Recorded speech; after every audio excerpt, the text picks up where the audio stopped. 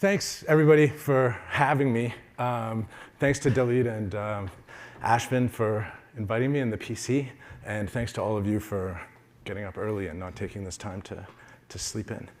I'm going to give you a talk about mostly the last 5 years, my time working on storage at Amazon, specifically S3, which is what I've spent a lot of my time doing. This is going to be a bit of a experiential talk. And it's a little bit weird in that as I was putting it together, I had all of these horrifying realizations. And I'm going to share a few horrifying realizations with you as I go through it. The first one is that S3 is actually 17 years old.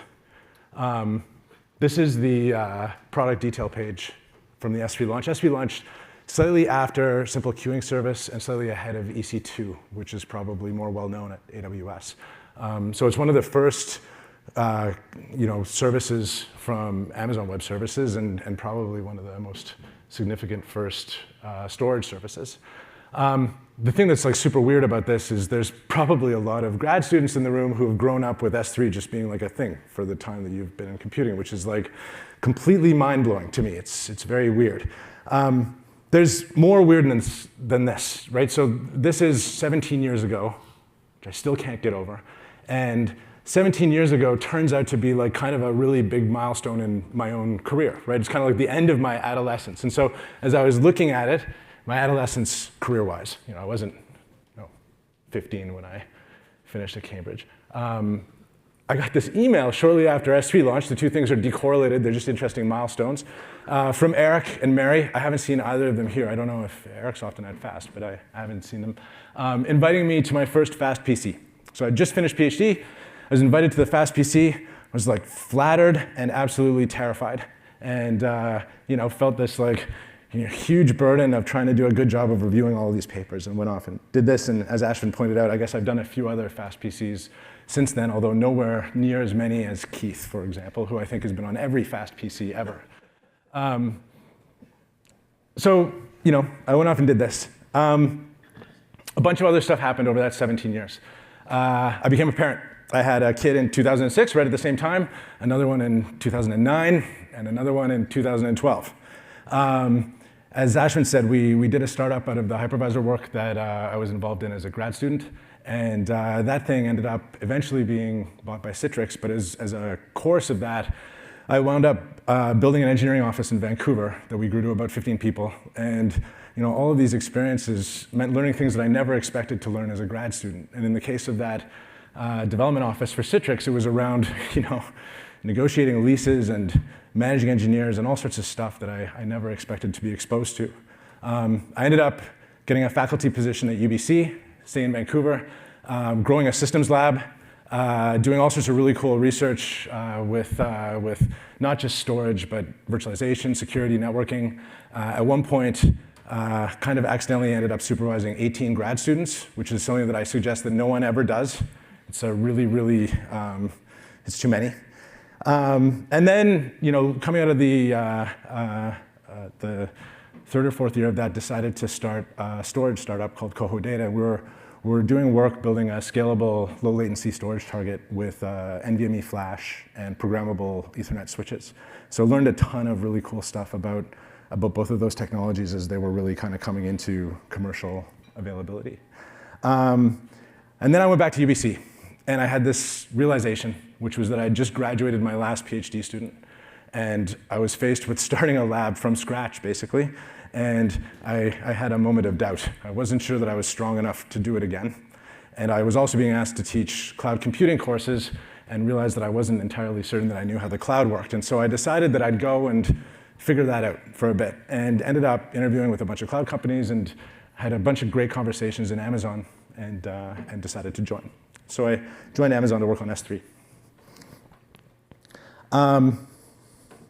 So today, I'm going to talk about some of my experiences on S3. Now, there's not just engineering. I mean, there's lots of engineering, but it's not all been software. So over that same 17 years, having 3 kids, my parents retired around the same time. And my parents went into this weird second childhood, so it's weird having kind of children above and below you as an adult. And my parents' second childhood involved kind of retiring to the country in rural Quebec outside of Ottawa and buying a lot of heavy machinery, So there's like a tractor and a backhoe and a dump truck, actually a dump truck. They'd like go to estate sales and buy heavy machinery. So every summer, at the end of the summer, we go to Quebec and we build something kind of fantastic with the kids. And so we built this like, swing set with a several 100-pound piece of steel that's 40 feet in the air. What could possibly go wrong? And all sorts of stuff like that. This year we did a big long zip line with metal cables. What could possibly go wrong? Kind of stuff. The kids love it, and this is kind of the punctuation on my year every year. I kind of go back for 2 weeks and build something that isn't software, and then spend the rest of the year building stuff. It's been like really, really rewarding over the 17 years. Another thing that I really hope comes across in this talk that has been incredibly rewarding is that both at Amazon and before, I've been lucky more than anything else in the people that I've been able to work with. I've just worked with incredible people through this whole period of time and had so much opportunity to learn from folks. One of the people that I'd like to mention is Seth Markle. I met Seth on my first day at Amazon. Seth was a Georgia Tech undergrad. He joined Amazon and kind of quickly ended up working on S3, and he worked on S3 for a lot of its history. And so he's lived through all sorts of designs and redesigns and operational events and tons of stuff. And Seth is actually here. I dragged him along to fast with me, except I can't see him because the lights are in my eyes. There he is. So Seth's back there, and you should find him at the break. And if you don't want to talk to him about S3, he's also a member of the board for the Rust Foundation, because we do a lot of stuff with Rust, and so you can talk to him about Rust as well. So that is a person that you should find at the break to talk to. Anyways, so Seth and I, on my first day at Amazon, I drove down to Seattle to meet the team, and we were in the 20-something floor of one of the Amazon buildings, and we locked ourselves in this corner room with a whiteboard, and I just started asking Seth questions. And I don't think we had booked this much time, but we spent 6 hours at the whiteboard with me just peppering Seth with questions and drawing pictures and pictures of S3 and me asking him about, like, I can't believe that's true, and I can't believe, how does this work, and what if this fails, and all this stuff. And so Seth, the top level drawing was basically one like this, and it looks like every storage system, right? Like, I think it's sort of a perennial thing that if you zoom back far enough, there's a client, and there's a front-end fleet, there's a namespace, there's a whole bunch of disks, and there's some data services, right? I'm kind of done with my talk at that point. And so this is S3. And the really interesting thing is that, like, S3 in particular exhibits Conway's law, right? The architecture of the software reflects the organization that builds it like crazy. And all of these big box components are themselves organizations. And if we were to blow into them and look at them in more detail, as I did with Seth on that first day, we'd draw other boxes like this, and those would all be teams and organizations that own their individual components. And so S3 is actually a bit more than 300 microservices, right? They're all owned by groups of engineers. They all have API contracts in between them, and everybody is on the hook for keeping those things up. And later in the talk, I'm going to come back and talk about this idea of ownership, and that's a big aspect of things in S3. And so I made these two realizations really early on working with S3. The first one was, I think early in my career, I had this sort of naive view of what it meant to build software, even large-scale commercial software, which was that it was basically the code. And a thing that I realized really quickly working on S3 was that the code was inseparable from the organizational memory and the operational practices and the scale of the system. S3 today operates in 31 regions and 99 availability zones around the world, with plans to launch an additional 4 regions and 12 availability zones launched. And so these things are, it's almost like an organic, living, breathing thing. There's facilities around the world. It's constantly receiving new hardware as the system grows. We're hiring new people. There's just constant rewriting of code to make things better, and you can't think about it in terms of just the code. It has to be something that you think about as an entire organization. And a lot of the work that we have to do is non-technical exactly. It's around maintaining a culture of being attentive to durability and encouraging folks to learn and innovate on the system that we've built. And it's a thing that becomes harder as the thing grows in some senses because of the history that has to be learned. The other thing that I quickly realized was that this is a completely misrepresentative diagram in terms of the scale of the system. Right? All these components are so massive that I spent a lot of my first year getting to the end of the day having learned some fact about some bit of S3, like the size of the repair fleet. And I'd go like, pardon? And then, they'd repeat it, and I'd go and look it up in the fleet system and realize that it was actually that big, and then I would like go to my car in the parking lot and not turn the car on and just sit there for a few moments and try to internalize the scale of the system. And it kept happening, right? I'd drive home with no music on, trying to like wrap my head around how off my intuition was on the scale of things. And so that scale is really what I want to talk to you about today. And I'm going to try to talk to you about the scale of the system in a few different dimensions. The scale of S3 is remarkable in ways that I didn't expect it to be. So at the beginning of the talk, I'm going to tell you about the scale of the hard drive fleet and how we manage the hard drive fleet a little bit. So it's going to be a pretty technical thing. I'm going to try and whiz through it unless I find out that nobody knows how hard drives work, which is the thing I'm afraid of in 2023. Then I'm going to talk about the scale of the organization, because it's a totally different dimension of scale. And I'm going to use durability as a lens to look at the scale of the organization. And then finally, I'm going to talk about a bit of more of a personal thing, scaling myself over 5 years and what that's been like. Okay, so let's do that. What I want to do first, right, because I kind of have to do the annoying cloud provider thing that drove me nuts when I sat in the audience of not putting labels on my y-axes and stuff. I want to talk to you about the scale of the system through the lens of a customer. And so this is an example S3 customer. FINRA is the independent financial regulator for public securities trades in the US. They're an S3 customer. And this is amazing to me. This is like an example of the kind of system that's built on top of S3. So every single transaction across equities and options markets is reviewed by FINRA. And so they have 450 billion financial events that they look at over the course of a trading day. They have 600 petabytes of data in S3, and they expect to hit an exabyte of data in 2024. And they have a 4-hour SLA to close out their review of these events, and then the day ends, and then they start the whole thing again the next day. Right? They replicate across multiple regions. This is a gobsmackingly large system, and it's a single customer. It's just so incredible. And a thing that's really cool about them, that's amazing about a lot of the relationships we have, is across the 2 startups that I did, I spent a whole bunch of time working with sales teams in enterprise conversations. And I found that a lot of it was about describing the properties of a system and a very sort of superficial sales conversation. It's not always true, but it's often true. And the weird thing about working with a cloud storage service is all of the conversations tend to be with the engineers that are building against the system. And so we have really deep engineering conversations. And I get to talk at all levels of folks at FINRA and the other customers that we work with, but I love the fact that I get to sit at a table with engineers that'll complain very directly about the problems with the system and that we can work to address them. It's incredibly rewarding.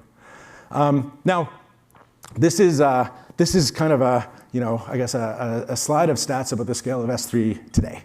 I'm not going to go through all of these in detail. There's 280 trillion objects in the namespace. These are like upsetting numbers. 100 million requests a second, right? 400 terabits a second peak bandwidth over the course of a day worldwide. So if you imagine the size of the fleets that are doing this, the stat on here that I found really remarkable was we do a lot of integrity checks in the system because we have to handle all sorts of like sources of bit error. And so we're constantly checking integrity of data as it travels from disks to clients and back and forth. And so we did an audit and worked out that we do something to the tune of about 4 billion checks on computations per second across all of S3. It's kind of, it's hard to reason about these things. Okay, so like I said, the system is ultimately about 2 core things, hard disks and the people. And so I'm going to start by talking about the hard disk fleet here. I need to ask you all a question to sort of size how fast I go through this section. Who in this room, and I hope a lot of hands are about to go up, who in this room has written code for a storage system before? Okay, good. No, keep them up, keep them up. I want you to take your hand down if you have written code for a storage system that runs on hard disks. You leave them up if you've written code only for solid state storage. Really? Okay, we can go super fast. I was afraid that it was going to be like half the room that was only in the SSD camp, but we're not there yet. So maybe 5 more years of fast and we'll encounter that one, and I'm going to be really sad. Okay, so now I'm going to move to an obligatory Jim Gray slide, except I'm going to use this in the opposite way that this is always used. So I've seen this slide, and I can't even count how many databases and storage talks. And it's always, the punchline is, and so we've decided to move all of S3 to DRAM. It's going to be so fast and really expensive. And that's not what I wanted to emphasize with this Jim Gray quote. It's this like relegation of hard drives to this more archival form of storage. It's not exactly what's, I think, come to pass, but it's not far off of it. And it's really interesting to think about the role of hard drives, because SSDs have become, cheap enough and pervasive enough to solve almost all common, especially like small-scale storage problems. And hard drives have become more and more fragile as a proposition, right? They're like physically fragile. They're constrained for IOPS. They're cheap, right? Inexpensive, actually, is the word I'm going to go with. But they fit a narrower and narrower set of jobs. And they really only work, I think, if you have a heck of a lot of them, right, in practice at this point. But they're still totally amazing, right? And so I'm going to tell you about another person that I work with. He's not at FAST, although I'm sure he would have loved to come.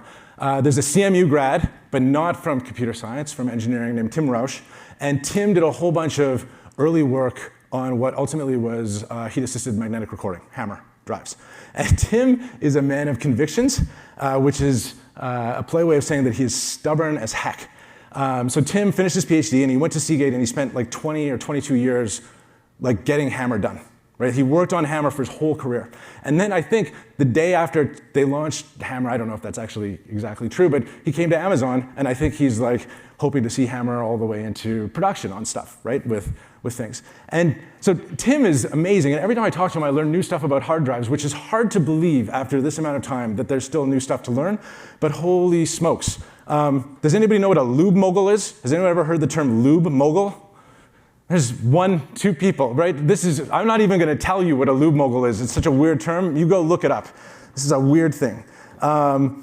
Anyway, I asked him. I wanted to get a bit of context because I wasn't sure what people would be like in terms of understanding hard drives, even in the fast community today. And I'm going to go through it really fast now. If we could revisit the history of hard drives super fast. And the first thing I asked if we could do is look at the plane flying over the grass. Everybody know this one? I hope. Lots of nodding. So to understand the complexity and the nearness of the head to the platter, let's take a hard drive and let's blow it up so the head is the size of a 747. And we'll hold speed constant. Speed's going to be the thing that we anchor off of. And so we get this. If a hard drive head today was a 747 flying over a grassy field, it would be flying at 75 miles per hour, because that's the speed that it flies in the disk. It would be 2 sheets of paper away from the top of the grass. The track on the hard drive would be 4.6 blades of grass wide, and the bit would be 1 blade of grass. And as the plane flies over that grass, it would only miss 1 blade, right? 1 non-recoverable error every 10 to the 15. That's every 25,000 times around the Earth. It's crazy. And we see these errors, which is crazy. Okay, let's think about this a different way. So in 1956, I'm going to zoom back to the first embedded hard drive, built-in hard drive. 3.75 meg, cost $9,000 a terabyte, weighed 1,700 pounds, right? 600 milliseconds access time. Flash forward to today, the largest drive I think we can buy is a 26 terabyte Western Digital. It's $15 a terabyte, pound and a half, 4 milliseconds access time. And there's no indication that this is actually going to stop. This is just like the lunacy will continue. If you talk to the industry association for hard drives, we're saying that in the next 10 to 12 years, we're going to see 200 terabyte single enclosure drives. So if you think about what a JBOD looks like with that, and the amount of physical storage that you're putting behind a single server, it is just terrifying. And it's even nuttier than this, in that at this point, there's actually like quantum mechanics going on in these things. The read heads have been quantum devices for a while. MAMR, microwave-assisted magnetic recording, uses these things called spin torque oscillators, where you use a quantum effect to spin the magnetized particles to help persuade them to flip polarity. In heat-assisted magnetic recording, you use these lollipop devices and you shoot lasers at them, and there's a quantum effect around the surface that creates a heat ray onto the media that does a difference of 450 degrees Fahrenheit right before you program the cell. I did that conversion from Celsius for you lot, just so you know. Okay, and this is the punchline that we often get to with hard drive charts, right? The drives are getting bigger. The storage has not gotten bigger, especially for random access, because the storage has been sort of like stuck on mechanical seek and rotation times. And so per unit of memory, we're getting slower and slower over time. And this is like a really, really fundamental problem in the case of systems like S3, because we're trying to move to larger and larger drives as much as we can to be able to get as much data into a square foot of floor space. But we're more and more starved for performance in there. And it's crazy. In that window of hard drives' existences, the capacity has improved 7.2 million times. The device has gotten 5,000 times smaller, and it's 6 billion times cheaper per byte in inflation-adjusted dollars. And the seek time has improved by about 150x. In fact, the seek time is the same today as it was 17 years ago when S3 launched, as it was in around 2000, right? It just hasn't really, really improved. Okay, and so this is the bit that I'm going to try and whiz through now, but it's really neat. This heat management problem is really, really foundational in S3 because, it's not like the system falls over necessarily when you get hotspots, but you accumulate delay, right? I think you've all seen this in your systems. Once you start to accumulate heat at one place, you queue, you stall requests, and every other cool thing you do in a storage system amplifies that heat. If you're erasure coding, you have to wait for the last shard to come up. If you have metadata lookups, you're stuck behind those. If the customer's workload needs to do dependent IO across objects, you're stuck behind those. And so if you don't do a great job of balancing heat, you accumulate latency, and it starts to show up in the tail, and if you're really not on top of it, it starts to move towards the center of the distribution, and everything starts to slow down. And so at the scale of S3, we have to focus really, really ruthlessly on tracking and balancing heat in the system. Now, the thing that's in our favor, storage workloads are awful, right? This is, whatever number of years of fast measurement papers, they all look like this for the most part, right? There's a massive peak that happens once in a while, and then the rest of the time the system's idle.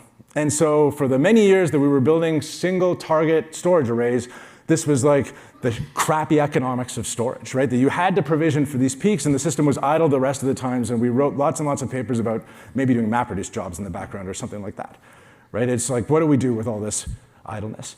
And so the neat thing, the really surprising thing to me, because you kind of know this is true, but when you see it for real, it's incredible, is as you aggregate workloads in a multi-tenant system, the peak slowly rises, but the mean collapses.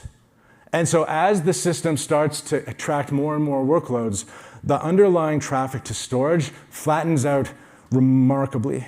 And so you get these slower waves, these much more compact differences in storage over it. And the challenge now is, how do I take this and map it onto the disk fleet in a way that the individual disks see relatively flat workload like that? And so, do the obvious stuff. Everything that I'm going to talk about now comes off the shelf, and there's nothing super new here. But we can replicate, obviously. We can store multiple copies, which is a great I/O strategy because you don't take a ton of amplification on writes, and you take no amplification on reads, and you now have degrees of freedom on where you steer your read traffic especially.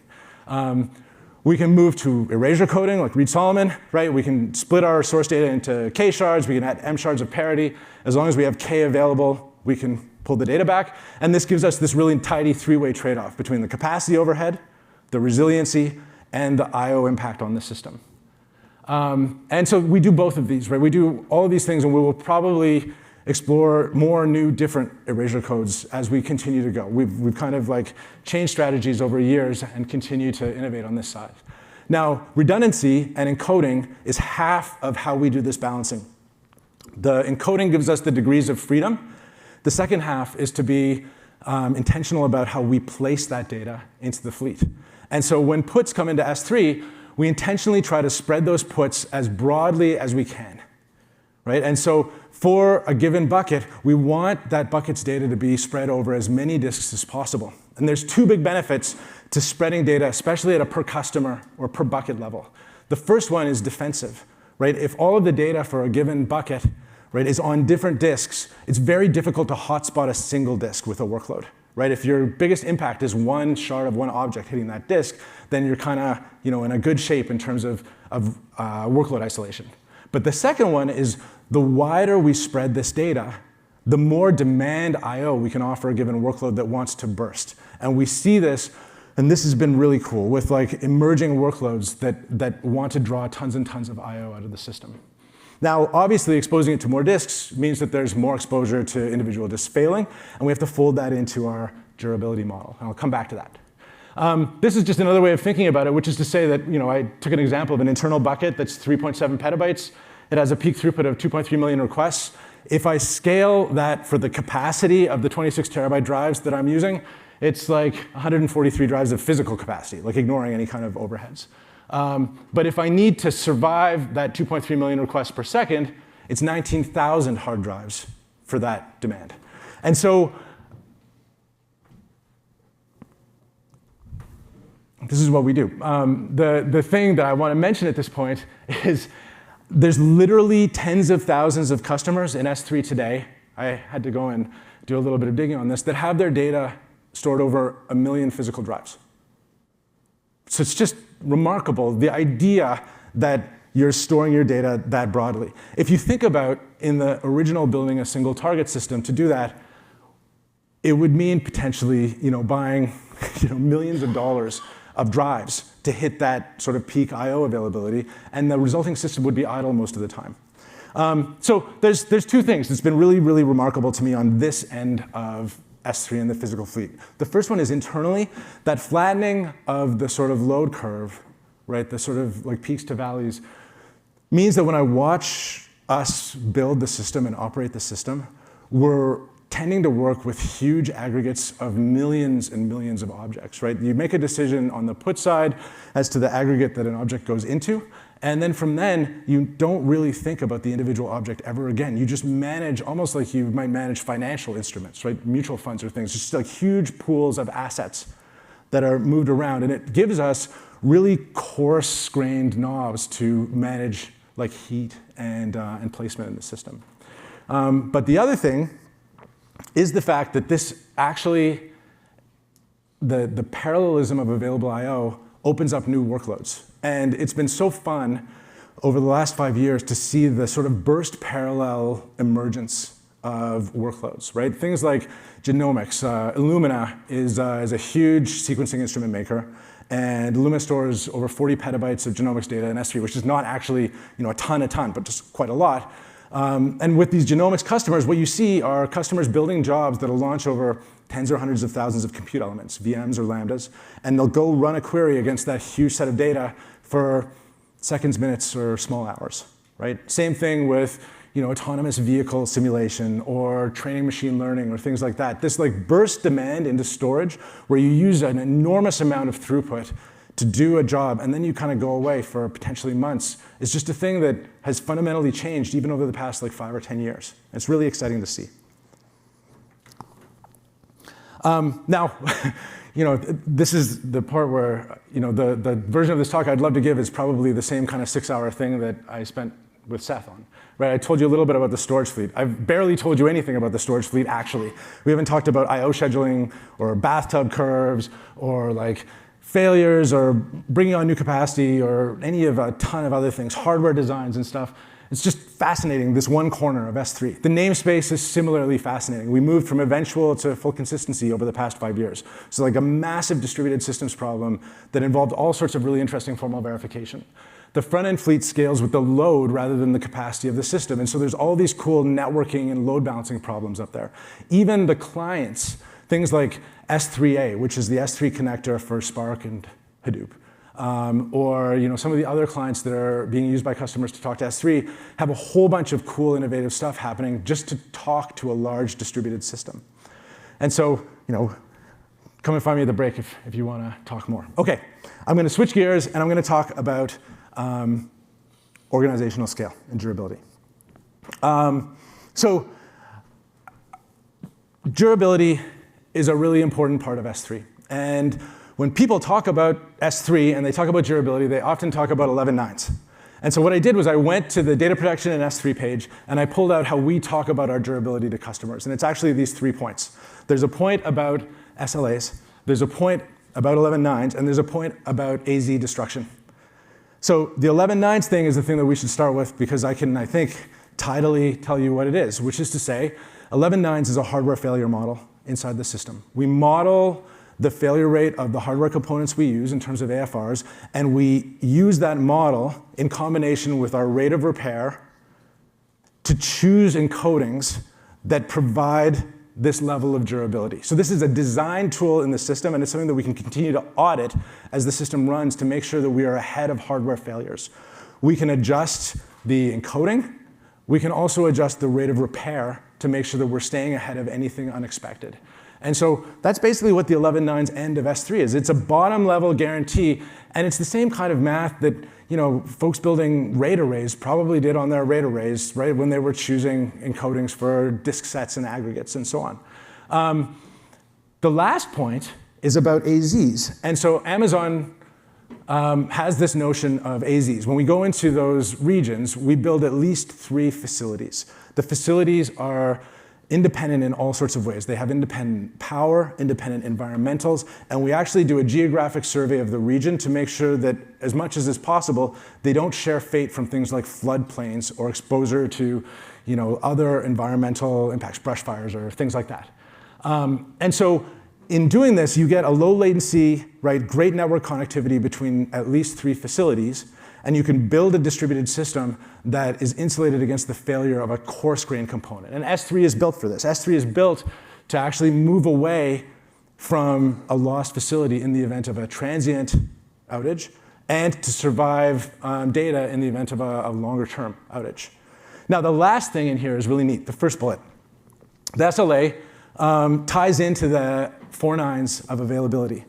And the reason that this is super interesting from a durability perspective is customers need to reason in the last 2 bullets about the data that we've made durable, but they also need to make their data durable. And so they ask for an assurance that they can get their data into S3 in the first place, which is why availability is also a bit of a durability problem. And so this is neat. These 3 things are a way of the engineering team expressing to ourselves and to customers what we're designing for, right? We build for these levels of durability. But they're also really important for customers to engineer their own systems because, and this is kind of an interesting thing, as much as we talk about 11.9s and things like that, these are often not sufficient for customers to build on top of. Customers often want the ability to survive durability events that are regional or that happen to do with operator mistakes or things like that. And so I'm going to come back and talk about the customer stuff in a sec, but first I'm going to talk a bit more about building stuff in S3. So we had this paper at SOSP a couple of years ago on shard store, and this is super fun. The bottom layer of S3 is basically, it's a single host, single disk object store, right? So it's like a flat file system that's opaquely indexed of blobs, mutable blobs. And we had one of these that was built early in the system. I think the author of that thing, Jasso Sorensen, was going to possibly be here. He's doing a PhD with Ramsey and Andrea right now. Anyways, that thing got us through a whole bunch of years until 2 things happened. One is the I/O constraints, and the other one is zonal media. Right? It wasn't designed for either of those 2 things. And the reality of hard drives is they're becoming zonal as well as I/O constrained. And so we decided we had to rewrite this bottom layer of S3. And so, we really did a whole bunch of work on it, and it was really fun. So it's written in Rust. Decided to use a type-safe language. To deal with I/O load, it uses log structure merge trees like crazy. I saw Greg, I don't know if Kirk's here, but it uses soft updates. It's possibly like the largest deployment of soft updates because every other soft updates system I've ever seen chickens out after 2 years and switches to a journal. We're like, somewhere in the 2-year range, so we haven't flipped out yet. But it actually labels requests with I/O dependencies and schedules according to a soft update style dependencies. And it even does the thing of tracking the sort of accumulation of top-level flushes, breaking those apart and pushing them out. So I read the Feather Stitch paper more times than I care to mention as part of this thing. And we did not do the patch stuff so much, although that's really, really fun to read if you haven't read that paper. And so, we worked through building the system. And from a durability perspective, now we have to move it into production. We have to actually get it out the door. And we have to do that with all due care. And so this was neat. There's a whole bunch of stuff organizationally in shipping something big like ShardStore. The first one I want to tell you about is there's a thing that's existed in S3 for a long time, but that over the past 5 years, Seth and I have spent a whole bunch of time working on, which is this idea of durability reviews. And so we need the engineering team to be deeply invested in staying on top of durability. And so we have this review process where we stole this idea from the security community. Right? So I'm sure you've all read security papers, and usually on the first or second page, there's a short section that says threat model. Right? And the threat model section says, we assume an adversary who can ... do horrible things. Right? It's like you size your adversary. And then the paper goes on to tell you how its ideas foil the adversary subject to that threat model. And the best thing with security papers, which is why you should all switch from storage to security, is if anybody levies a complaint that you don't solve, you go, look, not in the durability, or not in the threat model. Right? It's like you're out. It's awesome. And so we do this. We write a doc. When a team is making a change that impacts durability, we get them to write a doc, and we force the doc structure to have a durability threat model. You write down what could go wrong. What are you worried about happening? And then you describe your mitigations. You describe how it's okay. And this simple division forces the conversation down two paths. First, you agree that you've thought of all the things that might go wrong, and you're really critical on that side, and then you think about whether you've solved the problems that are in there. It's not perfect. Nothing is perfect, and so a lot of durability is multiple mechanisms and lots of depth, but this has been a really great tool, and we've built it out to the point where we have a mentorship program with durability reviewers in the org that run these reviews. It's kind of taken on a life of its own. It's already part of S3 sort of culture on the durability side, but it's really, I think, been a successful thing. We're really careful to teach the durability reviewers to not gatekeep, right? It can't be a situation where a team gets permission from a durability reviewer to make a change because you want the team to own the decision, right? It's really important that when these individual teams are building their microservices, that they're the ones that are operating and they're the ones that are owning the responsibility for durability, not that there's some sort of special counsel. In ShardStore, at the other end of the stack, the SOSP paper describes all the stuff we did with formal verification. So we actually built a model of ShardStore in Rust that doesn't have any of the storage backend behind it. It really just implements the logic. It's about 1% of the size of the original implementation. And because it's in Rust, it's not intimidating to the developers, right? Instead of being in TLA Plus or Daphne, which are really, really powerful verification languages, it's just in Rust. And so, it backs onto hash tables and is a really lightweight representation of things. And so that thing ends up effectively being an in Rust specification for the full system that's in the same repository. And we're able to hold those two things in A/B test in the pipelines before deployment and use verification tools like property-based testing to generate huge sets of request patterns against it before we launch. And so the thing that's really, really neat with this is actually nothing to do with storage and nothing to do with formal verification, because all of those things we just basically took off the shelf. It's that we managed to kind of industrialize it, right? We managed to get these formal verification tricks into a production pipeline so that engineers can come and go from the team and they feel safe, right? They feel comfortable shipping and that they're protected by this layer of verification that they otherwise wouldn't have. Okay, the last thing I'll just mention on ShardStore is that we needed to think about how to safely and carefully deploy it, right? And in a cloud environment like Amazon, we use those AZs for deployment, right? We will frequently do deployment in waves where you deploy to one data center and you make sure that things are good, and then you move on, right, to the next data center. And because you're AZ redundant, you know that you can roll back and handle problems. Now, I don't have to tell this room that a day is not long enough to spot lots of the kinds of bugs that you see in storage systems, and you really need to think over longer timeframes. And so this turned out to be an area where we were able to further benefit from some of the redundancy and placement stuff that I told you about at the start of the talk.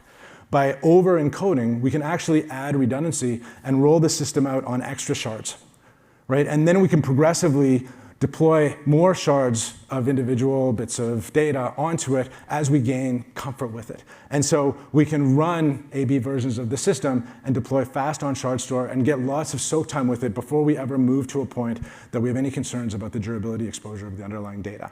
And this has been a really, really powerful tool. Now, the last thing that I'll say about this organizational bit of durability is that it doesn't stop at our API boundary. It was the thing that I started with in this section. Customers care like crazy about durability, obviously. And the description of our surface helps them engineer, but it's often insufficient for their needs. An example of why that's true is privacy regulation. Things like GDPR mean that when we receive a delete request, we need to execute the delete, right? We need to really drive the delete to completion because a customer has asked us to delete data. And so that's great from a privacy perspective, but from a recovery perspective, not so much, right? The data is gone.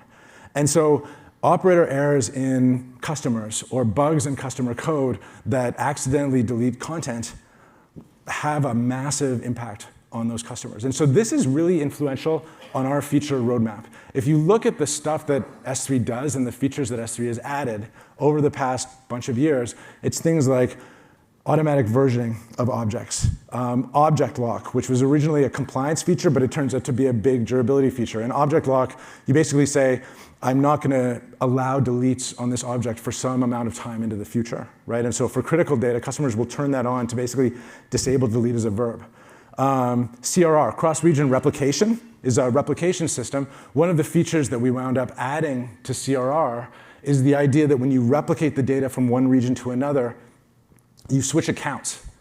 And so the data moves into a different account, and so you isolate and sort of like ring fence your applications data so that the same account can't possibly delete all versions of data.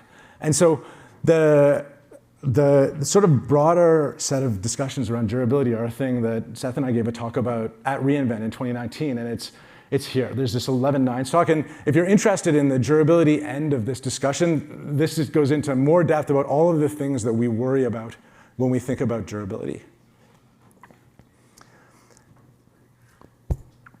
Okay.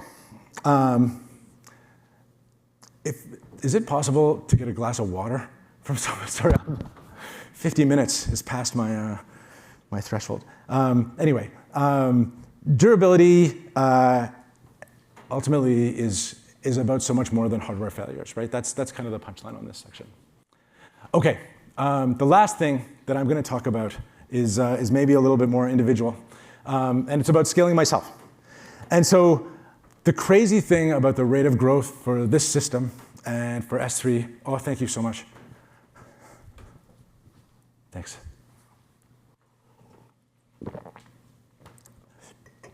Is that even in the 5 years that I've been with S3, the organization has grown, the system has grown, we've launched a whole bunch more regions. The rate of change is phenomenal. And my role has grown, where I started working really specifically inside S3 and a lot on the sort of storage fleet.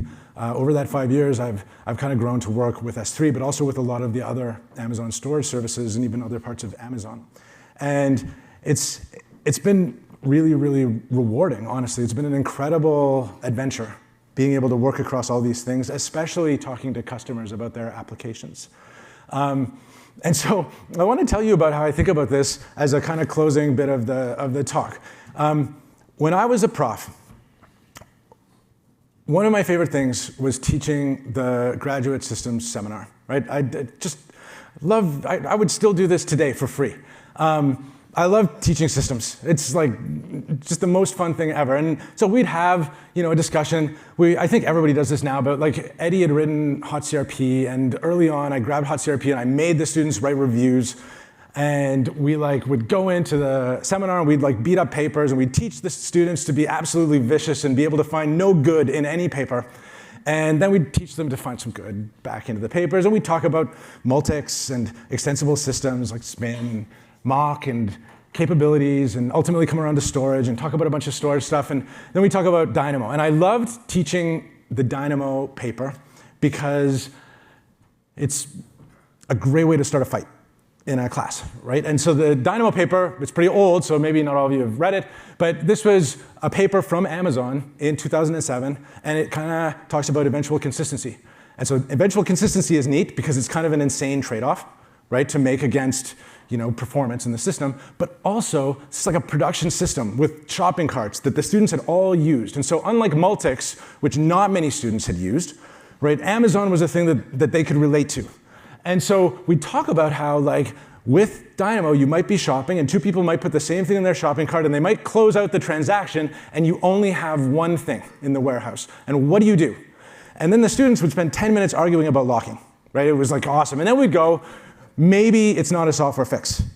And it led the discussion into like, oh, actually, maybe the system is bigger than the code, right? Maybe the system is a broader thing. And maybe the thinking that we've used to understand systems actually apply more broadly than the hardware and the software that we're working with. And it often ended up being like a really fun class. And so I totally forgot that I loved teaching this paper, and then joined Amazon, and then found out that it wasn't that far off of the reality of, of how things worked, right? Like a lot of this structure to systems was involve humans in the corner cases where you need to, and fix the ones that end up being really expensive on the humans over time. But it is a really whole systems view.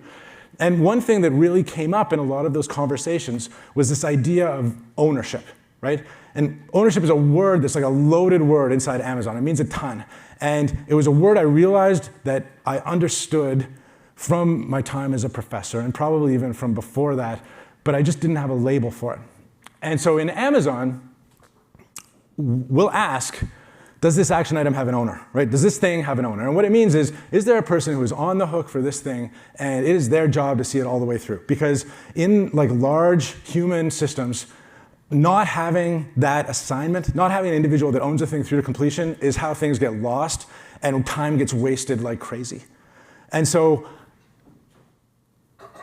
the idea of making sure that we're owners for things is really central. And so there's like the Metcalfe's law kind of version of this, that as human networks or computer networks scale, the connection complexity becomes more and more complex, right? And so in Amazon, necessarily, to get to the scale of systems that were being built, there was this idea that we needed to push down ownership like crazy, right? Teams needed to be responsible for the stuff that they were building.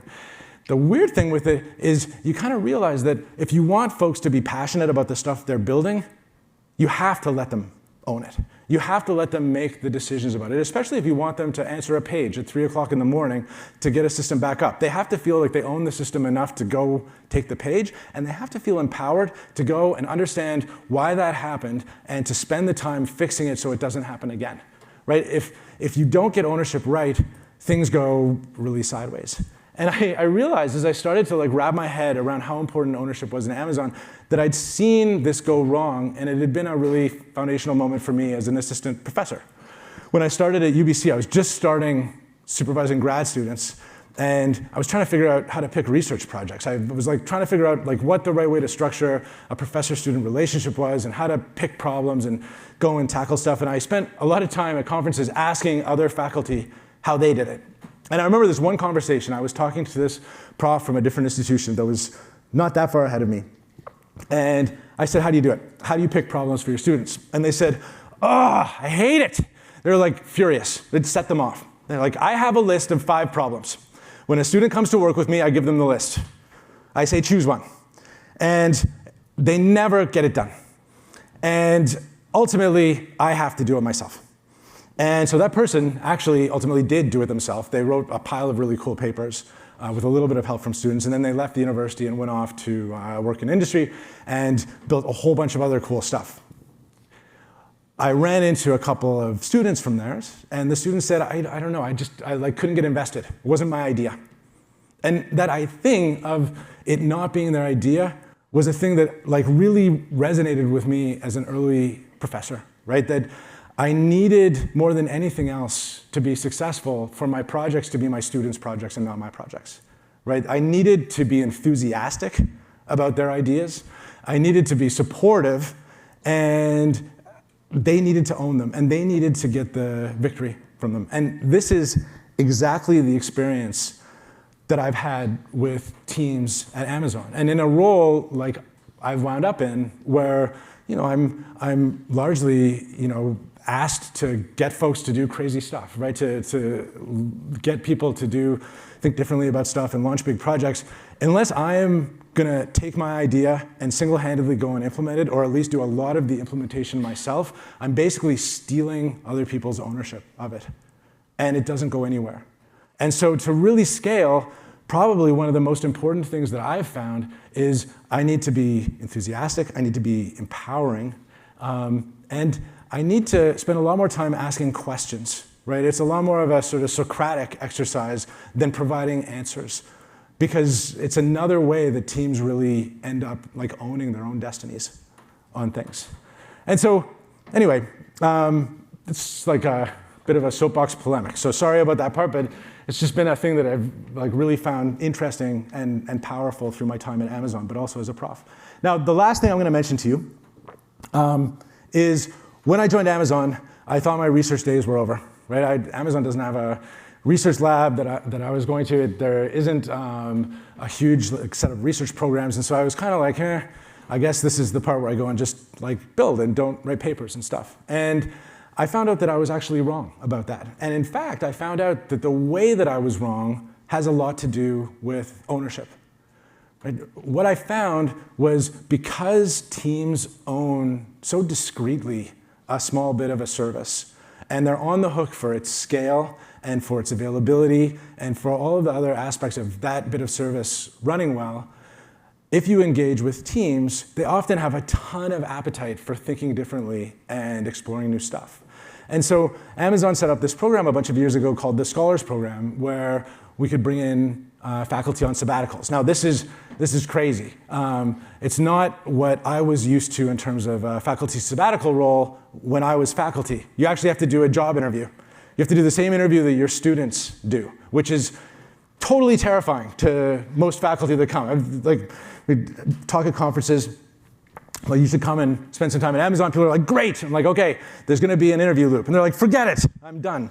And so, we go through a lot of coaching, and everything's calibrated appropriately. But they come in and they actually say, the interview was fascinating. It was really interesting to experience what my students experienced, but also to feel like I'd gone through the same process.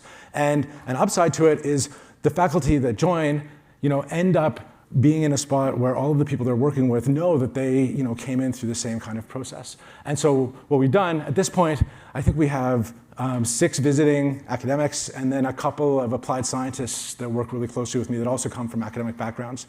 And I get them to work with teams, right? I manage them in the same way that you manage grad students, which is to say, kind of cat herding. But they go and find projects, and I try and do everything I can to support the teams interacting with them, and they work across these teams. And so, these are some of the folks that I am working with right now, spanning storage, hardware design, hardware security, streaming systems, and so on. And so it's been really, really cool to find a way to sort of bridge these two areas in a way that actually seems to, although it's a bit early, be getting some great results so far. Anyways, that's all I have for my talk. Thanks very much.